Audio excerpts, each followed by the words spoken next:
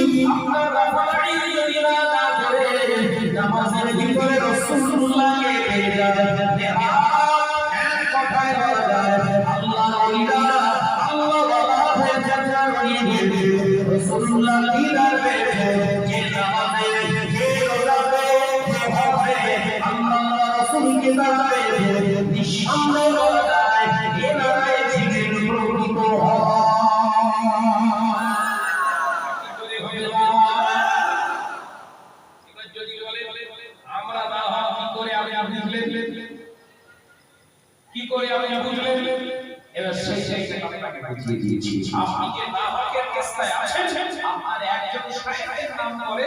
একজন শায়েখ আপনার আছেন, ওস্তাদ আছেন, যিনি কোরআন হাদিসের উপরে একদম সহিহ হাদিসের উপরে আমল করার কারণে রাসূলুল্লাহ দিদার পেয়ে গেছেন স্বপ্ন যোগে। আপনি সেই শায়েখের নাম না বলবেন। আমরা মদিনা শরীফে যাব না, মক্কা শরীফেও যাব না, আমরা আজমির শরীফে যাব না, আমরা দিল্লিতেও যাব না, আমরা সিলেটেও যাব না, আমরা ওই আপনার বগদাদেও যাব না, আমরা বাংলাতেও আপনার চোখে আঙুল দিয়ে দেখে দেব আমরা যে শায়েখকে, আমরা যে উনি আমাকে ধরে আছি সেই তরিকার মানুষটা রাসূলুল্লাহকে বহুবার এইরকম রাসূলের মজলিসে দেখতে পেয়েছে। আমরা বলে আপনি সহিয়াদি বর্ণনা করার পরে আপনি খুশি যখন আসেন না ইহা আপনার ভিতরে কন্ট্রোল আছে। আমি আপনাকে পুরো দুধে ছড়িয়ে দিয়েছি না, যদি মনে হয় বিবেকে একটু ভুলেছে তাই ইস্তেগফার করে ফিরে আসে। এই কথা ঠিক না বলতে আপনার সামনে আসল এবার যদি খারাপ ভালো হক না হক যাচাই করতে চান ওই মুসলিমদের দিয়ে হয়, আপনি আলেমদের সঙ্গে এক কথা বলছেন দেখা মুসলিমরা কি জানে না ওরা এখন নামাজটা ঠিকভাবে আদায় করতে হবে, পাওয়াতে রাখতে হবে, শেষটা করতে হয়, বলতে হয়। ওরা জানে না ওদেরকে ভাড়াচ্ছেন কেন। এই সত্য না হোক না সত্য হক না হক যাচাই করে প্রিপেয়ার করে এরকম মিডিয়ার সামনে আলেমদের নিয়ে একটা আলেমদের বলে দেয় যেসব ধর্ম হচ্ছে এ কথা আমরা তো কই নি আপনাদের হাতে হাতে প্রকৃতপক্ষে ধরা বড় বড় চলছে কবে আমাদেরকে সমাজে চিনিয়ে দেয় আমরা না হলে করে আছি আর আপনারা হকের উপরে আছেন চাপে বসে টেক করে আমাদেরকে বলে দেবেন আমরা আলহামদুলিল্লাহ এরা শত এরকম থাকবে মিডিয়ার সামনে সেলেক্ট যাবে যে আমরা এত বদনামি করেছি আমাদের টাকা পয়সা সব যা যা সব থেকে দিয়ে এর থেকে কথা বলছেন না কেন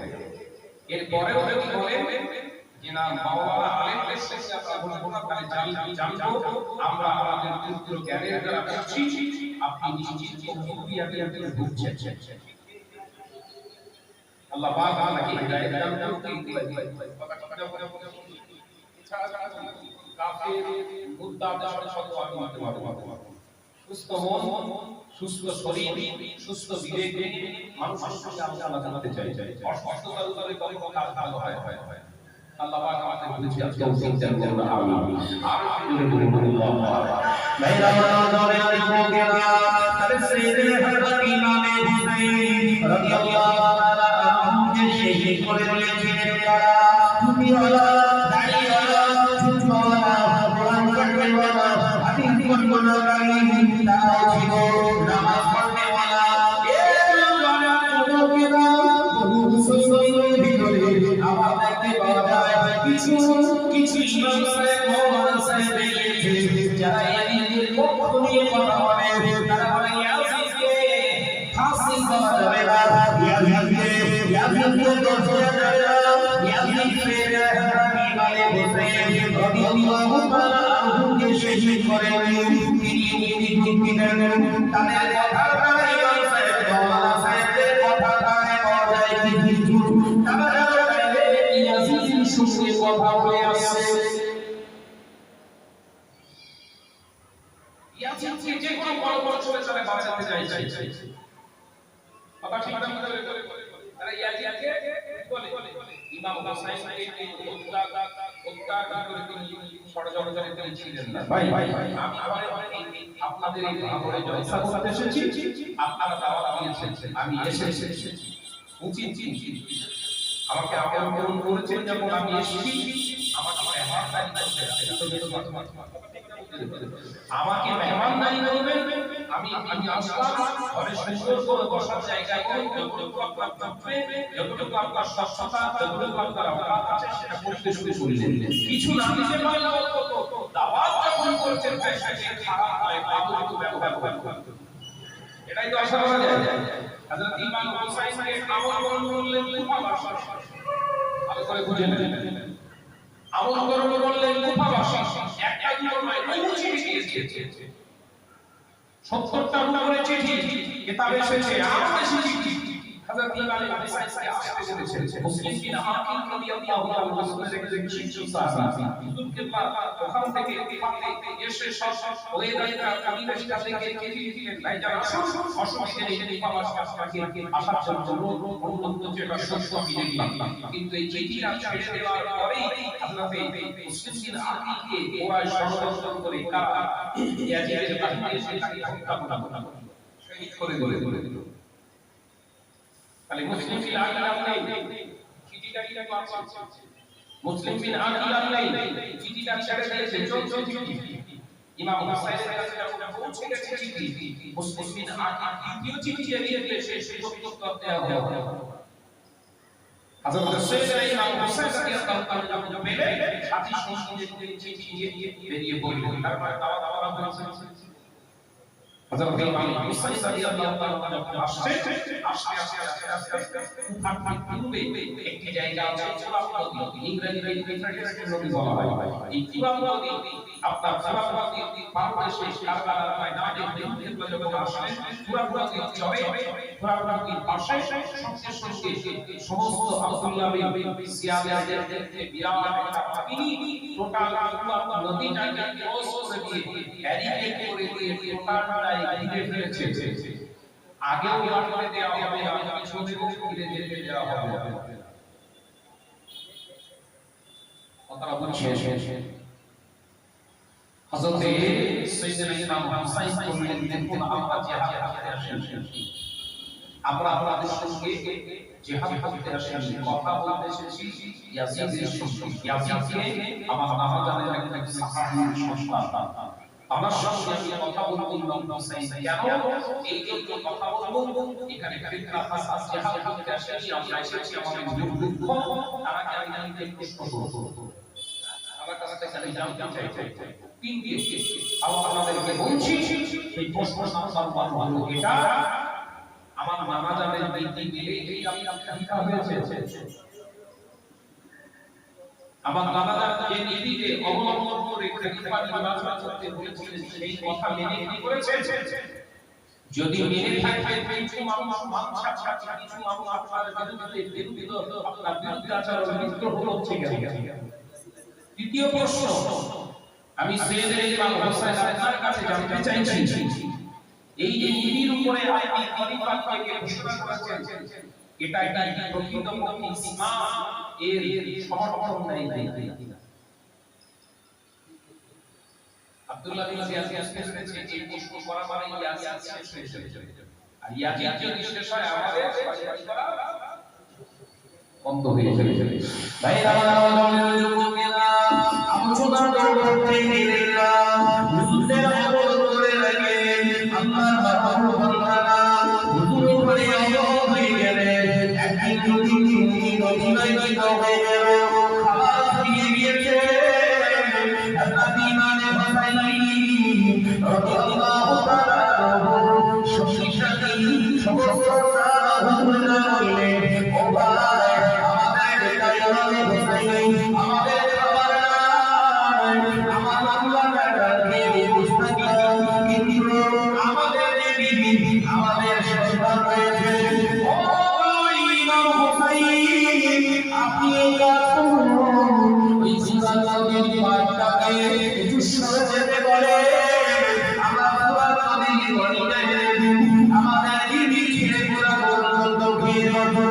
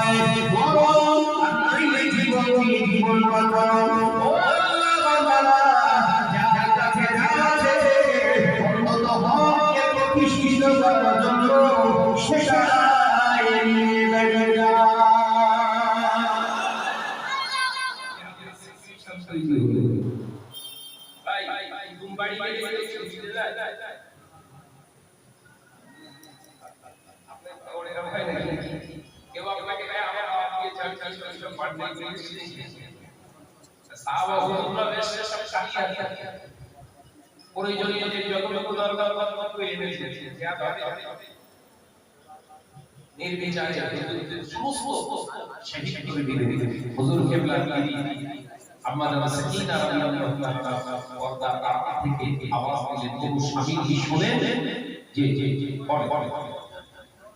বলে যে পুত্র সন্তান আলিয়া সার খোদা তাআলা বিপাশিত এতটাই যে বাদশা মুখ মেরে কথা বলতে বলেছেন, আপনি এক কাজ করুন আমার স্তনে আগুন দেখে আমি এত জিহ্বাটা ঠোঁটে লাগিয়ে দিয়েছি তা হচ্ছে না, আপনি একটু এক কাজ করুন বাচ্চাটাকে নিয়ে তুলে দেখান যে আমার জন্য পানি দিতে হবে না, বাচ্চাটাকে তুলে দাও।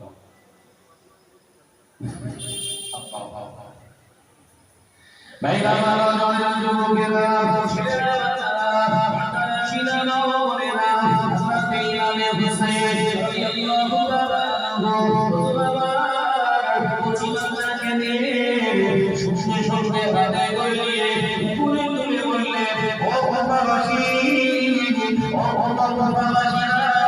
শুনে না জেনে নাও একবার দেখো আমার জন্য নয় এই বুঝি বাচ্চাটাকে পান করাবো বলে আমি তোমাদের কাছ থেকে ছুটেছি তোমরা এবার আগে সুরা নবীকে পানি পান করাবে তারা এমন তোমরা জানলে ওই সময় বাবাসীদের ছোড়াবি বুঝি বাচ্চা বলকে দেবে এই বন্দি করে সে হয়ে গেল ইন্না লিল্লাহি ওয়া ইন্না ইলাইহি রাজিউন হযরত ইমাম হুসাইনের সাথে কাজা হয়েছিল সুনানা বুঝি বাচ্চাকে বুকে জড়িয়ে ধরে বললেন বেটা রে আমি তোকে পানি পান করাতে পারি না ও বাবা বাবা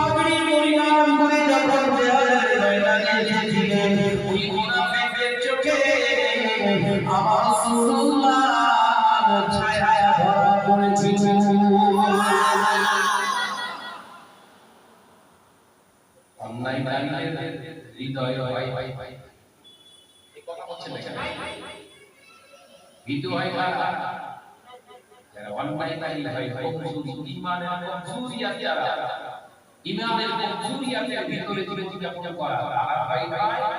আর অন্যায় বিশ্বনবী বলে যা টুকরি খা খালে জান্নাতে ফাতেমা রাদিয়াল্লাহু তাআলা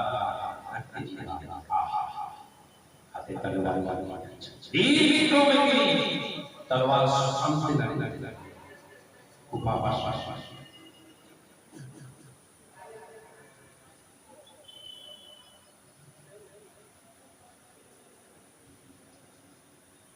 কথা বুঝছে রাসূল পাক সাল্লাল্লাহু আলাইহি বলে যান ইমাম সাইয়্যিদনা হুসাইন রাদিয়াল্লাহু তাআলা আনহু জিহাদ হুজুরের সামনে একবার জোরে বলুন হযরত সাইয়্যিদনা ইমাম হুসাইন রাদিয়াল্লাহু তাআলা আনহুর সামনে যাব কে হয়েছে সারাতে পারছে না নিতে পারছে না ধরাশায়ী হয়ে যাচ্ছে আব্দুল্লাহ ইবনে সিয়াদ সেই করে দিল আব্দুল্লাহ ইবনে সিয়াদ বললেন ঘুম থেকে তীর মারো আছে যে বাচ্চা আপনারা থেকে দিয়ে আপনারা কর এ জানা যুবকেরা তীর মারো মারবে দিল হুজুরের সমস্ত চেহারার ভিতরে তীর লেগে গিয়েছিল ফরকে দাঁড়িয়ে আছে চূড়াচাটি এ জানা যুবকেরা হুজুরের মোটামুটি মোবারক শরীর মোবারককে তীর লেগে গিয়েছে হুজুর জিহাদ করে জিহাদ করে আর পায়না হুজুর হুজুর দাঁড়িয়ে করলে সমস্ত পুরা নদীর এলাকাটা হুজুর ফাঁকা করে ফেলেছে পুরা নদী এখন বাইরে হয়ে গিয়েছে আর কেউ বাধা দেয় হুজুর এবার বড় পিঠ থেকে নেমে পড়লে হুজুর নেমে গিয়ে আগলা হয়ে পানি দিলে হুজুর আমার পানিটা কেড়ে গেছে চিন্তায় পড়ে গেলে এই পানিটা কি করে করি যে পানির বিনিময়ে আমার সাথীরা চলে গেল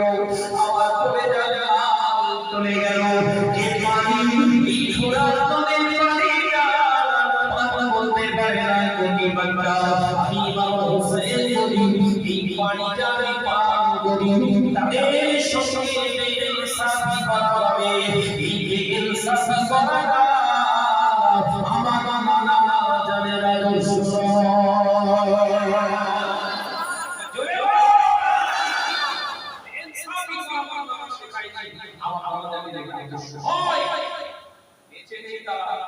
তাদের জন্য ইনসাফ দিয়েছে এটা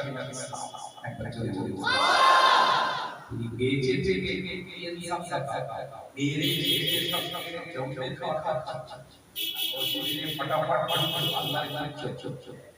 এই কথা বলছে ইনসাফ আছে আমার সাথী সঙ্গীরা দিতে ভাই